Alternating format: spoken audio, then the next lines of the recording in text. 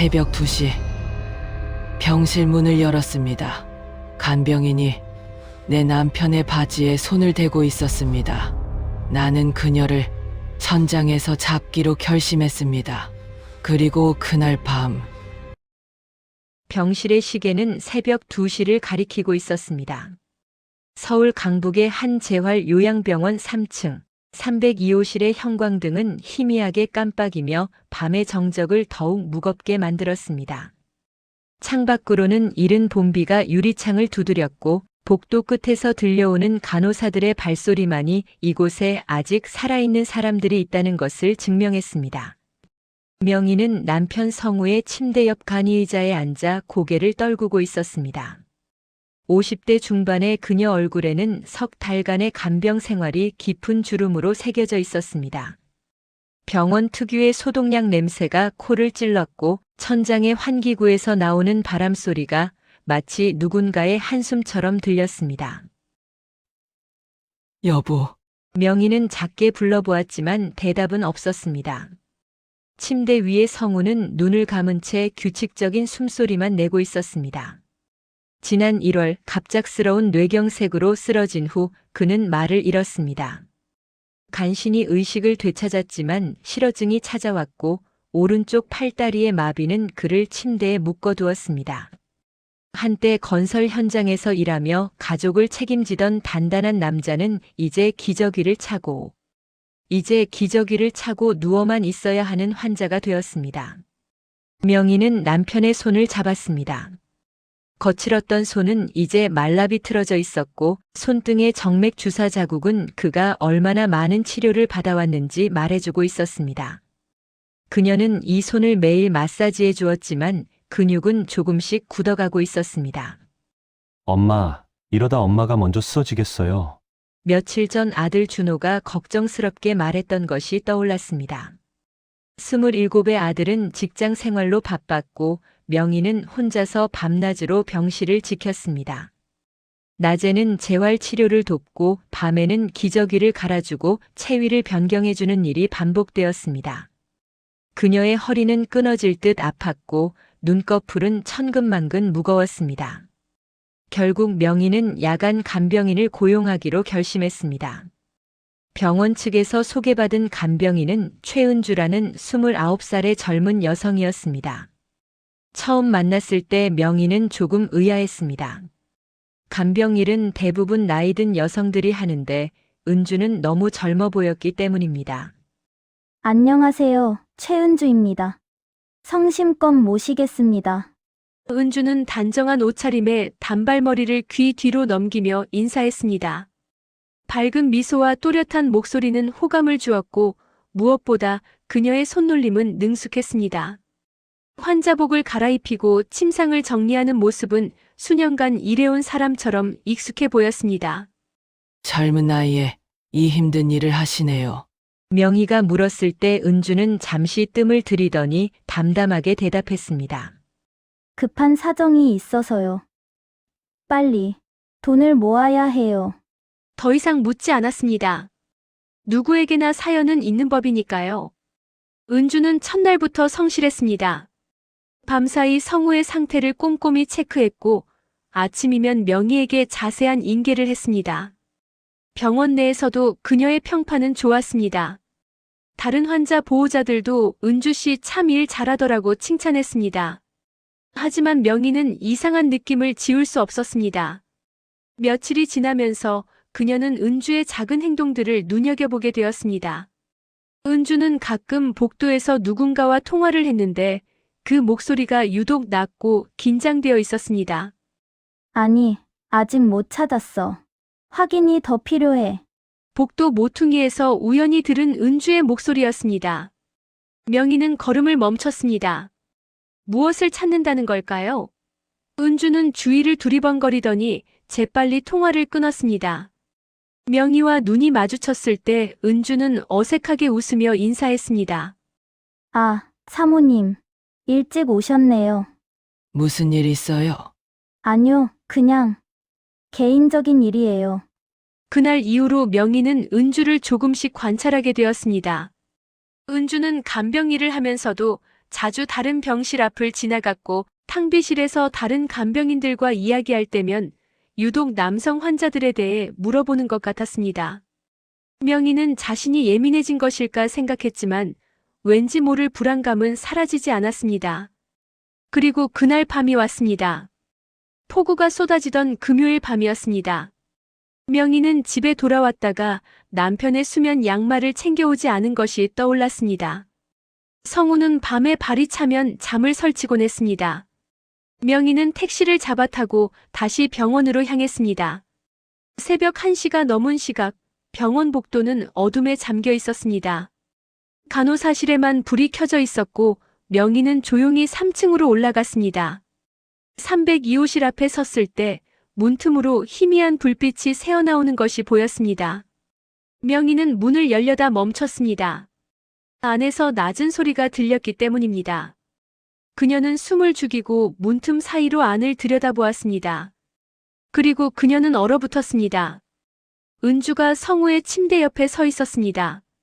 그녀는 잠든 성우의 이불을 조심스럽게 걷어내고 있었고 스마트폰 플래시를 켜서 그의 하반신을 비추고 있었습니다.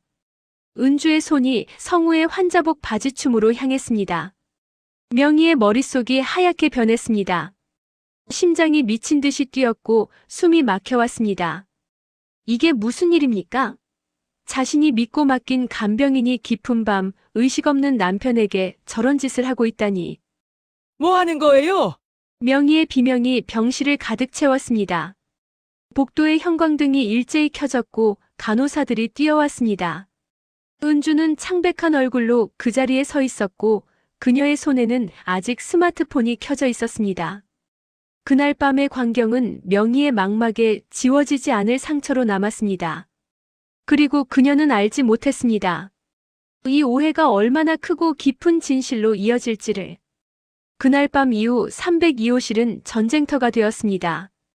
명희는 간호사실에서 당직 간호사와 마주 앉아 있었습니다. 새벽 2시 병원은 그녀의 비명 때문에 발칵 뒤집혔고 몇몇 환자들이 깨어나 복도로 나왔습니다. 당직 간호사 박 선생은 난처한 표정으로 명희와 은주를 번갈아 보았습니다. 사모님, 일단 진정하시고 차분하게 설명해 주시겠어요? 명희의 목소리는 떨리고 있었습니다. 제가 본 게 분명해요. 저 사람이 우리 남편 바지에 손을 대려고 했다고요. 불 끄고 혼자 있을 때 말이에요. 은주는 의자 끝에 걸터 앉아 고개를 숙이고 있었습니다. 그녀의 눈가는 붉게 부어 있었고 손은 무릎 위에서 떨리고 있었습니다. 사모님, 오해이십니다. 저는 그저... 오해라고요? 제가 뭘 잘못 봤단 말이에요? 명희의 목소리가 높아졌습니다. 박 간호사가 손을 들어 둘을 진정시켰습니다. 최은주 씨, 그때 무엇을 하고 있었던 거예요? 은주는 입술을 깨물었습니다. 한참을 망설이던 그녀가 작게 대답했습니다. 환자분 다리에 욕창이 생긴 것 같아서 확인하려던 거였어요. 불을 켰다가 다른 환자분들 깨울까봐 폰 플래시를 켠 거고요. 거짓말! 명희가 벌떡 일어났습니다. 욕창이 걱정되면 낮에 확인하면 되잖아요.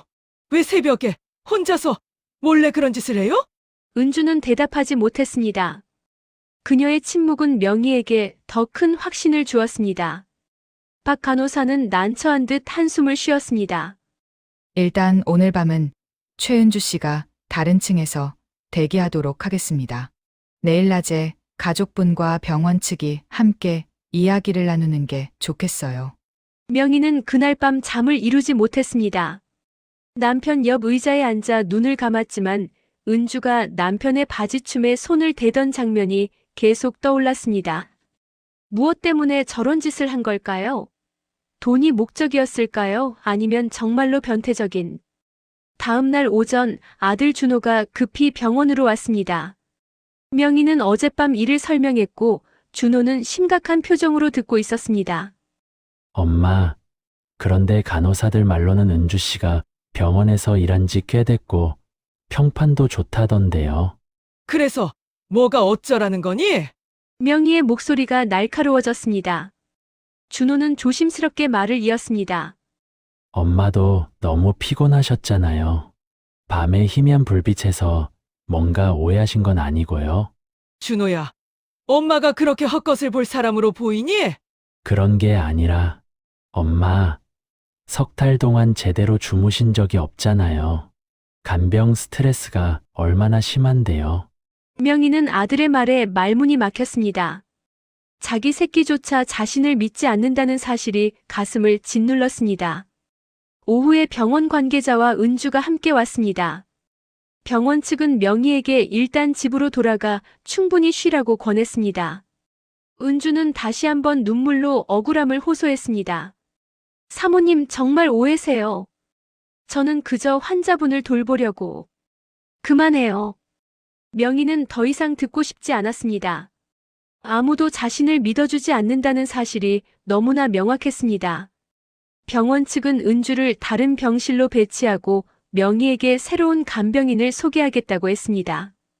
집으로 돌아온 명희는 텅 빈 거실 소파에 주저앉았습니다. 아무도 없는 집은 너무나 조용했고 그 정적 속에서 온갖 생각이 머릿속을 맴돌았습니다. 정말 자신이 잘못 본 걸까요? 피곤해서 환각을 본 걸까요? 아니었습니다. 그녀는 분명히 봤습니다. 은주의 손놀림, 그 조심스럽고도 은밀한 행동을. 명희는 결심했습니다. 아무도 믿어주지 않는다면 스스로 증거를 찾겠다고. 다음 날 아침 명희는 평소보다 일찍 병원으로 갔습니다. 복도에서 같은 층에 남편을 입원시킨 말순을 만났습니다. 60이 넘은 말순은 병원 내 정보통으로 유명했습니다. 명희 씨, 어젯밤 일 들었어요. 참 이상한 일도 다 있네요. 말순 언니, 저 좀 도와주실 수 있어요? 명희는 말순에게 은주를 몰래 지켜봐 달라고 부탁했습니다. 말순은 흔쾌히 승낙했습니다. 그 친구, 사실 나도 좀 이상하다 싶었어요. 자꾸 우리 병실에도 들락날락하면서 환자들 다리만 유심히 보더라고요. 다리요? 응, 욕창 확인한다고는 하는데 왜 허벅지만 보는지 모르겠더라고. 명희의 심장이 빠르게 뛰기 시작했습니다. 허벅지. 어젯밤 은주가 정확히 남편의 허벅지 부분 바지를 걷어 올리려 했던 것이 떠올랐습니다. 사흘 후 기회가 찾아왔습니다. 은주가 탕비실로 간 사이 명희는 조심스럽게 간병인 대기실로 들어갔습니다. 은주의 가방이 의자에 걸려 있었습니다. 명희는 주위를 살피며 가방을 열었습니다. 손이 떨렸습니다. 가방 안에는 지갑, 물병, 수첩이 들어 있었습니다. 명희는 낡은 검은 수첩을 꺼냈습니다. 표지가 해져 있었고 모서리가 달아 있었습니다. 수첩을 펼치는 순간 명희는 숨이 멎는 것 같았습니다. 빼곡히 적힌 이름들. 김철수, 박영감, 최두식, 이성우. 모두 이 병원에 입원한 60대 남성 환자들의 이름이었습니다. 그리고 각 이름 옆에는 소름 끼치는 메모가 붙어 있었습니다. 김철수 X. 박영감, 다리 깨끗함, 흉터 없음. 최두식, 수술 자국만 있음. 이성우 확인 대기. 명희의 손이 덜덜 떨렸습니다. 이성우. 자신의 남편 이름이었습니다. 확인 대기라는 메모는 무엇을 의미하는 걸까요? 은주는 무엇을 찾고 있는 걸까요? 언니, 말순의 급한 목소리가 들렸습니다. 은주 씨가 오고 있어요. 명희는 재빨리 수첩을 제자리에 넣고 가방을 닫았습니다. 그녀는 대기실을 빠져나와 화장실로 몸을 숨겼습니다. 심장이 터질 듯 뛰었고 손에 땀이 흥건히 배어났습니다.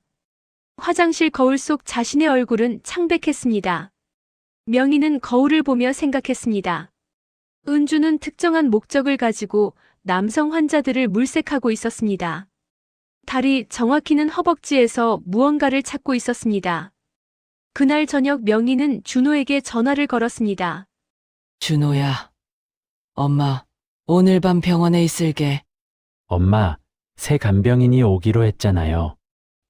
아니야, 엄마가 직접 지켜야겠어. 엄마, 또 그러시는 거예요? 제발 좀 쉬세요. 명희는 전화를 끊었습니다. 그녀는 알고 있었습니다. 오늘 밤 은주가 다시 나타날 것을.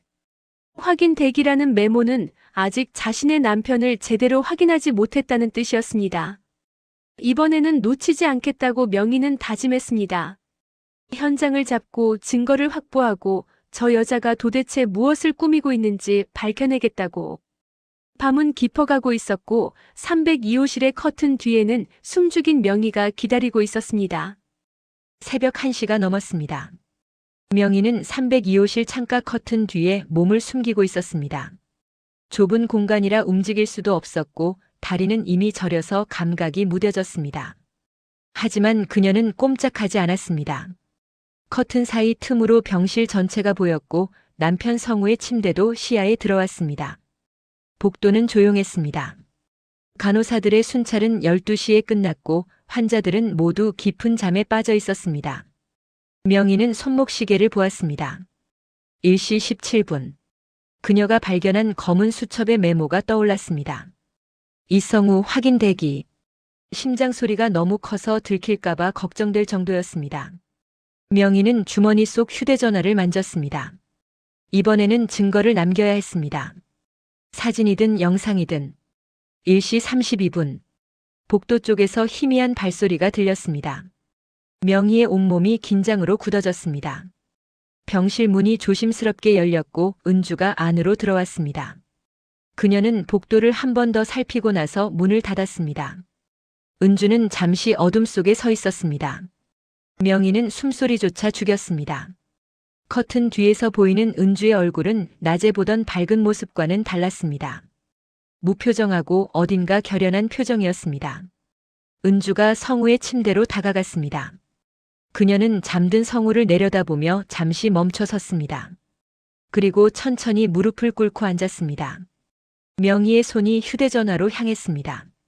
화면을 켜려는 순간 은주가 움직였습니다. 그녀는 주머니에서 작은 손전등을 꺼냈고 성우의 이불을 조심스럽게 걷어냈습니다. 지금이야.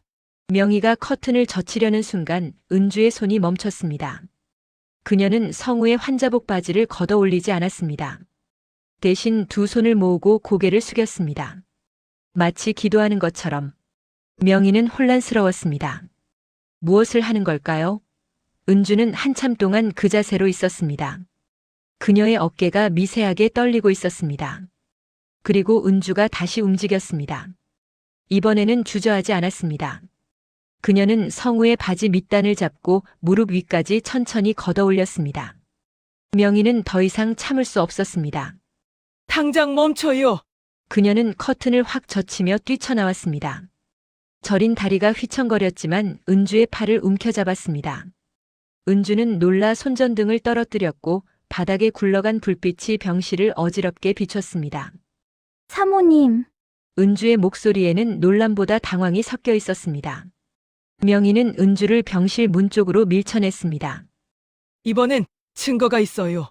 당신이 뭘 하려던 건지 다 봤다고. 명희가 소리치자 복도에서 불이 켜졌습니다. 간호사들이 뛰어왔고 옆 병실 환자들이 깨어나 문을 열었습니다. 은주는 바닥에 주저앉았습니다. 사모님, 제발, 오해예요. 아직도 그 소리예요? 당신 가방에 있던 수첩 다 봤어요. 환자들 명단, 다리 확인했다는 메모. 우리 남편 이름 옆에 확인 대기라고 적힌 것도. 은주의 얼굴이 창백해졌습니다. 그녀는 고개를 떨구고 아무 말도 하지 못했습니다. 당직 간호사가 도착했고 곧이어 병원 보안요원까지 왔습니다. 최은주 씨, 지금 설명하세요. 도대체 무엇을 하고 있었던 겁니까? 당직 간호사의 목소리는 단호했습니다. 이번엔 병원 측도 심각하게 받아들이는 분위기였습니다. 은주는 한참을 입술을 깨물고 있었습니다. 그때였습니다. 은주가 천천히 지갑을 꺼냈습니다. 낡은 갈색 지갑에서 그녀는 작은 사진 한 장을 꺼내 들었습니다. 흑백 사진이었습니다. 오래되어 모서리가 해지고 색이 바랬지만 두 아이의 모습이 선명했습니다. 이게 뭡니까? 간호사가 물었습니다. 은주는 사진을 바라보며 떨리는 목소리로 말했습니다. 저희 엄마예요. 그리고 외삼촌이고요. 명희는 사진을 받아들었습니다. 우물가에서 찍은 것 같았습니다. 7살쯤 되어 보이는 남자아이와 4, 5살쯤의 여자아이가 웃고 있었습니다. 남자아이는 여자아이의 어깨에 손을 올리고 있었고 두 아이 모두 맨발이었습니다. 외삼촌이요? 명희가 물었습니다. 은주는 고개를 끄덕였습니다. 엄마가 췌장암 말기예요. 길어야 2달이라고 했어요. 은주의 목소리가 갈라졌습니다. 그녀는 눈물을 훔쳤습니다. 엄마 마지막 소원이 오빠를 만나는 거예요. 50년 전에 헤어진 오빠를요. 병실은 조용해졌습니다. 복도에 모여든 사람들도 숨을 죽였습니다. 은주는 떨리는 손으로 사진을 가리켰습니다. 엄마는 고아원에서 자랐어요. 7살 때 오빠랑 같이 들어갔는데 10살이 되던 해에 오빠는 양부모에게 입양됐어요. 그때 이후로 한 번도 못 만났대요. 은주가 말을 이었습니다. 엄마가 기억하는 건 별로 없어요. 이름도 기억 안 나요. 고아원 이름도 몰라요. 단 하나, 딱 하나만 기억해요. 뭔데요? 명희가 물었습니다. 은주는 성우의 침대를 바라보았습니다. 엄마를 구하려다가 생긴 흉터요. 엄마가 우물에 빠졌을 때 오빠가 뛰어들었대요. 끌어올리다가 우물 벽에 긁혔대요. 허벅지예요. 은주는 손으로 자신의 허벅지를 가리켰습니다. 원래 있던 점 위로 상처가 났대요. 그래서 마치 번개 모양처럼 생긴 흉터가 남았다고. 그게 유일한 단서예요. 명희의 심장이 멎는 것 같았습니다. 그녀는 천천히 남편 쪽을 돌아보았습니다. 성우의 바지는 여전히 걷혀 있었고 손전등 불빛이 그의 허벅지를 비추고 있었습니다. 거기에 있었습니다. 검은 점을 가로지르는 하얀 흉터. 마치 번개가 내리친 것 같은 모양. 30년 넘게 결혼 생활을 했지만 명희는 남편이 그 흉터를 부끄러워해서 늘 가렸다는 것만 알고 있었습니다. 비 오는 날이면 가렵다며 긁던 그 자리. 은주가 침대로 다가갔습니다. 그녀는 무릎을 꿇고 성우의 다리를 바라보았습니다. 눈물이 뺨을 타고 흘러내렸습니다. 찾았어요. 드디어. 은주의 목소리는 울음과 섞여 있었습니다. 명희는 그 자리에 선 채로 아무 말도 할 수 없었습니다. 복도에 있던 사람들도 침묵했습니다. 간호사가 조심스럽게 물었습니다. 그러니까 성우 씨가 은주 씨 외삼촌일 수도 있다는 말씀이세요? 은주는 고개를 끄덕였습니다. 명희는 비틀거리며 의자에 앉았습니다. 머릿속이 하얗게 변했습니다. 자신이 의심했던 것들, 수첩에 적힌 메모들, 은주의 모든 행동이 새로운 의미로 다가왔습니다. 은주는 변태가 아니었습니다. 그녀는 죽어가는 어머니를 위해 50년 전 헤어진 외삼촌을 찾고 있었던 것입니다. 명희는 은주를 바라보았습니다. 젊은 여자의 얼굴에는 안도와 슬픔과 기쁨이 뒤섞여 있었습니다. 그리고 명희 자신의 가슴에는 거대한 죄책감이 밀려왔습니다. 미안해요. 명희의 입에서 작게 소리가 나왔습니다. 은주는 고개를 저었습니다. 아니에요. 당연히 오해하실 만했어요. 침대 위에 성우가 미세하게 움직였습니다. 그의 눈꺼풀이 떨렸고 천천히 눈을 떴습니다. 소란에 잠이 깬 것이었습니다. 명희와 은주는 동시에 성우를 바라보았습니다. 이제 남은 것은 단 하나였습니다. 이 남자가 정말 은주의 외삼촌인지 확인하는 것. 그리고 만약 그렇다면 50년의 시간을 어떻게 이어갈 것인지. 병실의 시계는 새벽 5시를 가리키고 있었습니다. 아침 햇살이 302호실 창문으로 비집고 들어왔습니다. 명희는 밤새 한숨도 자지 못했습니다. 은주 역시 병실 한쪽 의자에 앉아 뜬 눈으로 밤을 지새웠습니다. 새벽의 소란 이후 간호사들은 조용히 물러갔고 두 여자는 각자의 자리에서 침묵 속에 앉아 있었습니다. 성우는 다시 잠들었습니다. 약효 때문인지 깊은 잠이었습니다. 명희는 남편의 얼굴을 바라보았습니다. 30년을 함께 살았지만 몰랐던 것들이 너무 많았습니다. 그의 과거, 그가 감춘 상처들. 사모님, 은주가 조심스럽게 입을 열었습니다. 명희는 고개를 돌렸습니다. 은주의 눈은 충혈되어 있었고 얼굴은 창백했습니다. 정말 죄송해요. 이렇게까지 될 줄은. 아니에요. 명희가 말을 끊었습니다.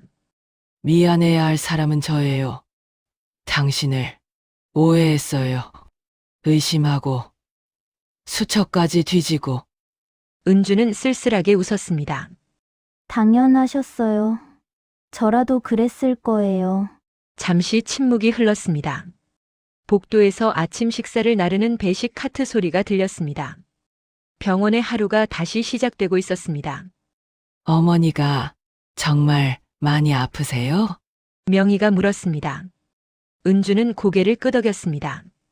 5층 투석실에 계세요. 신부 전에 췌장암까지 왔어요. 통증이 심해서 하루 종일 진통제를 맞으세요. 은주의 목소리가 떨렸습니다. 한 달 전에 갑자기 저를 부르시더니 오빠 이야기를 하시는 거예요.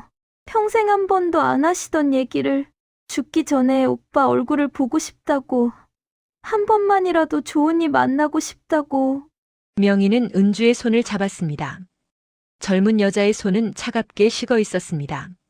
그래서 병원마다 다니면서 환자들을 찾아봤어요. 나이, 지역, 흉터. 엄마가 기억하는 건 그것뿐이었어요. 은주는 눈물을 닦았습니다. 다른 병원들은 개인정보라며 알려주지도 않았어요. 그래서 간병인으로 일하면서 직접 찾기로 했어요. 밤마다 환자분들 다리를 확인하면서 사모님께 들켰을 때는 정말. 그만해요. 명희가 은주의 말을 멈췄습니다. 이제 찾았잖아요. 그것만으로도 기적이에요. 두 사람은 함께 성우를 바라보았습니다. 침대 위에 남자는 고요히 숨을 쉬고 있었습니다.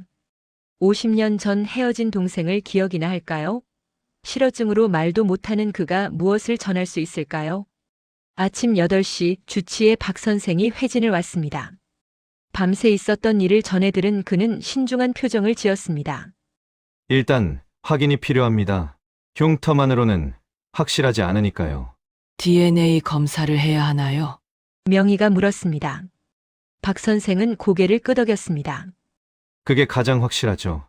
하지만 시간이 걸립니다. 일주일 정도. 은주의 얼굴이 어두워졌습니다. 어머니에게 남은 시간이 얼마나 될지 아무도 몰랐습니다. 박 선생이 덧붙였습니다. 그 전에 환자분이 깨어나면 먼저 물어보는 게 좋겠습니다. 기억을 할 수도 있으니까요. 오전 10시쯤 성우가 눈을 떴습니다. 명희는 재빨리 그의 손을 잡았습니다. 여보, 정신 좀 드세요. 성우는 천천히 고개를 끄덕였습니다. 실어증이 있어도 이해는 할 수 있었습니다. 명희는 심호흡을 했습니다. 어떻게 설명해야 할까요? 여보, 제가 물어볼 게 있어요. 천천히 들어보세요. 명희는 조심스럽게 은주의 이야기를 전했습니다. 고아원 헤어진 동생, 우물에서의 사고. 성우는 처음에는 무표정하게 듣고 있었습니다. 하지만 순이라는 이름이 나오자 그의 눈동자가 흔들렸습니다. 순이, 기억하세요? 성우의 눈에서 눈물이 흘러내렸습니다. 그는 입을 떨며 소리를 내려 했지만 말은 나오지 않았습니다. 대신 그는 격렬하게 고개를 끄덕였습니다. 한 번, 두 번, 세 번.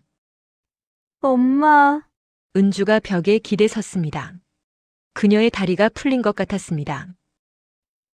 정말 맞는 거예요?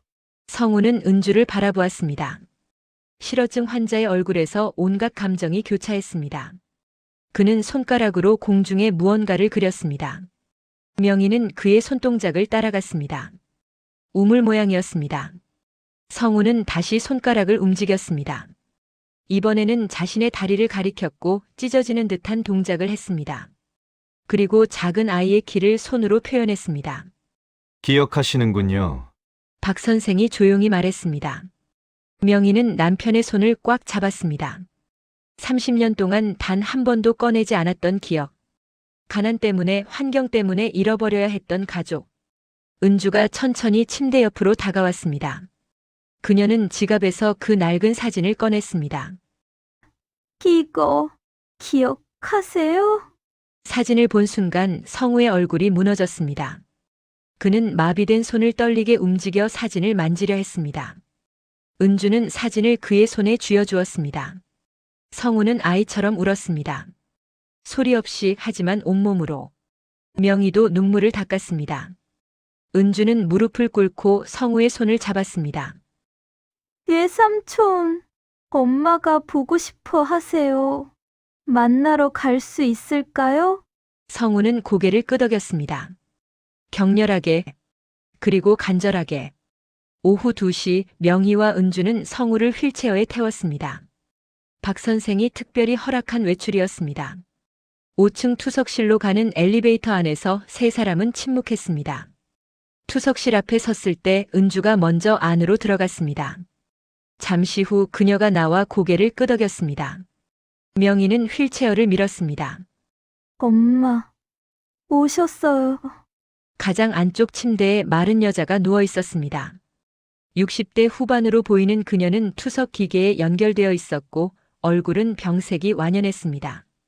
하지만 은주를 보는 그녀의 눈빛만큼은 살아 있었습니다. 은주야, 누구랑 왔니? 순이의 목소리는 약했지만 또렷했습니다. 은주는 휠체어를 침대 옆으로 밀었습니다. 엄마, 이분이 순이가 성우를 보았습니다. 그리고 시간이 멈췄습니다. 두 사람은 말없이 서로를 바라보았습니다. 50년의 세월이 그들을 늙게 만들었고 병들게 만들었습니다. 하지만 그들의 눈빛은 우물가에서 찍은 그 사진 속 아이들과 똑같았습니다. 오빠. 순이의 입에서 가느다란 목소리가 흘러나왔습니다. 성우는 떨리는 손을 뻗었습니다. 순이가 그의 손을 잡았습니다. 오빠. 정말 당신이에요? 성우는 소리 없이 울었습니다. 순이도 눈물을 흘렸습니다. 은주와 명희는 두 사람에게서 조금 떨어져 섰습니다. 다리. 보여줘요. 순이가 속삭였습니다. 명희가 조심스럽게 성우의 바지를 걷어 올렸습니다. 번개 모양의 흉터가 드러났습니다. 순이는 떨리는 손으로 그 흉터를 어루만졌습니다. 나 때문에 평생 이 흉터를 달고 살게 했어. 미안해요, 오빠. 성우는 고개를 저었습니다. 그는 온 힘을 다해 입을 움직였습니다. 아니야. 실어증에도 불구하고 간신히 나온 말이었습니다. 이 상처. 더 분해. 성우는 순이의 손을 꽉 잡았습니다. 너를 만났어. 이건 보물. 지도야. 순이는 오빠의 품에 얼굴을 묻었습니다. 명희는 은주의 어깨를 감싸 안았습니다. 두 여자도 함께 울었습니다. 투석실의 창밖으로 봄 햇살이 따스하게 비쳤습니다. 긴 겨울이 지나고 새로운 계절이 시작되고 있었습니다. 그날 이후 302호실의 풍경이 바뀌었습니다. 성우는 매일 아침 재활 치료를 받았습니다. 예전보다 훨씬 적극적이었습니다. 물리치료사가 팔을 들어 올리라고 하면 온 힘을 다해 움직였고 걷기 연습을 할 때는 땀을 뻘뻘 흘리면서도 포기하지 않았습니다. 성우 씨, 요즘 의욕이 대단하시네요. 주치의 박 선생이 웃으며 말했습니다. 명희도 놀라워했습니다. 뇌경색 이후 무기력했던 남편이 이렇게 달라질 수 있다는 것이 동생을 만난 게 큰 힘이 된 것 같아요. 명희가 대답했습니다. 실제로 성우는 매일 오후 휠체어를 타고 5층으로 올라갔습니다. 순이가 있는 투석실로. 두 남매는 말없이 손을 잡고 앉아 있었습니다. 성우는 말을 할 수 없었고 순이는 통증 때문에 많이 말하기 힘들었지만 그들에게는 말이 필요 없었습니다. 어느 날 오후 명희는 순이와 단둘이 이야기를 나눴습니다. 은주가 잠시 자리를 비운 사이였습니다. 사모님. 순이가 명희를 불렀습니다. 그녀의 목소리는 많이 약해져 있었습니다. 동생이라고 부르세요. 이제 우리 가족이잖아요. 명희가 순이의 손을 잡았습니다. 순이는 눈물을 글썽였습니다. 고마워요. 오빠를 이렇게 잘 돌봐주셨어. 제가 더 감사하죠. 남편에게 이렇게 소중한 가족이 있었다는 걸 알게 해주셔서요. 순이는 창밖을 바라보았습니다. 4월의 벚꽃이 흩날리고 있었습니다. 50년을 기다렸어요. 오빠 얼굴 한 번만 보고 죽으면 한이 없겠다고 생각했어요. 순이의 목소리가 떨렸습니다. 고아원에서 오빠가 떠나던 날이 기억나요. 오빠는 울면서 제 손을 놓지 않으려고 했어요.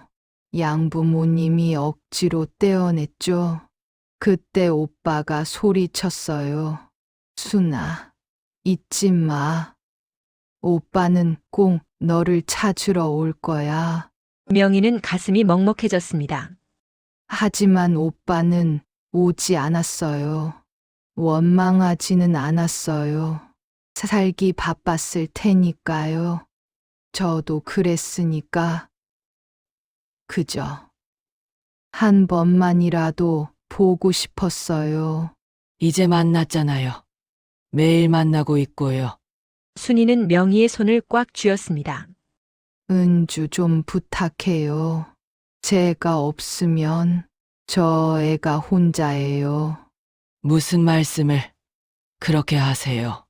오래오래 함께 있어야죠. 하지만 두 사람 모두 알고 있었습니다. 순이에게 남은 시간이 많지 않다는 것을. 5월 초 순이의 상태가 급격히 나빠졌습니다. 의식이 흐려지기 시작했고 투석을 해도 효과가 없었습니다. 의사는 가족들에게 마음의 준비를 하라고 했습니다. 성우는 하루 종일 순이 곁을 지켰습니다. 휠체어에 앉아 동생의 손을 잡고 깨어나기를 기다렸습니다. 명희와 은주도 함께였습니다. 5월 7일 새벽 순이가 잠시 의식을 되찾았습니다. 그녀는 성우를 보고 희미하게 웃었습니다. 오빠, 고마워요. 와줘서. 성우는 눈물을 흘리며 고개를 끄덕였습니다. 순이는 은주를 불렀습니다. 은주야, 엄마가 못다 한 것들 미안해. 엄마, 은주가 오열했습니다. 순이는 딸의 머리를 쓰다듬었습니다. 울지 마. 엄마는 행복했어. 오빠를 만나서 정말 행복했어. 순이는 다시 성우를 바라보았습니다. 오빠, 우리 다음 생에는 헤어지지 말아요. 성우는 온 힘을 다해 입을 움직였습니다. 꼭 다시 만나자. 순이는 평화로운 얼굴로 눈을 감았습니다. 모니터의 심박수가 천천히 느려지다가 멈췄습니다. 긴 신호음이 울렸습니다. 은주는 어머니의 품에 얼굴을 묻고 소리내어 울었습니다. 성우도 휠체어에서 몸을 떨며 울었습니다. 명희는 두 사람을 감싸 안았습니다. 장례는 조용히 치러졌습니다. 순이의 유언대로 작은 추모식만 열었습니다. 성우는 휠체어를 타고 장례식장에 있었고 조문객들에게 고개를 숙여 인사했습니다. 누나는 좋은 분이셨어요. 병원에서 알게 된 환자 보호자 말순이 명희에게 말했습니다. 은주 씨도 효녀고요. 끝까지 어머니를 찾아드렸잖아요. 저희가 더 고마워요. 남편에게 가족을 돌려줘서. 장례가 끝난 후 은주는 짐을 정리했습니다. 어머니가 살던 작은 월세방에서 그녀가 가져갈 것은 많지 않았습니다. 낡은 옷가지, 약통, 그리고 우물가에서 찍은 그 사진. 어디로 갈 거니? 명희가 물었습니다. 은주는 망설였습니다. 잘 모르겠어요. 일단 일을 더 해야 할 것 같아요. 우리 집에 와서 살지 않을래? 명희의 말에 은주는 놀라 고개를 들었습니다. 사모님, 이제 사모님이 아니라 이모야. 아니면 큰엄마? 어떻게 부르든 우린 가족이야. 명희는 은주를 꼭 안았습니다. 내 외삼촌이 우리 남편이고 우린 조카를 그냥 보낼 수 없어. 함께 살자. 우리 집은 넓어. 은주는 명희의 품에서 한참을 울었습니다. 그해 여름 성우는 병원에서 퇴원했습니다. 4개월간의 재활 치료 끝에 지팡이를 짚고 걸을 수 있게 되었습니다. 말도 조금씩 돌아왔습니다. 짧은 단어들을 이어붙여 의사를 전달할 수 있었습니다. 명희와 성우 그리고 은주는 함께 살기 시작했습니다. 아들 준호도 주말마다 찾아왔습니다.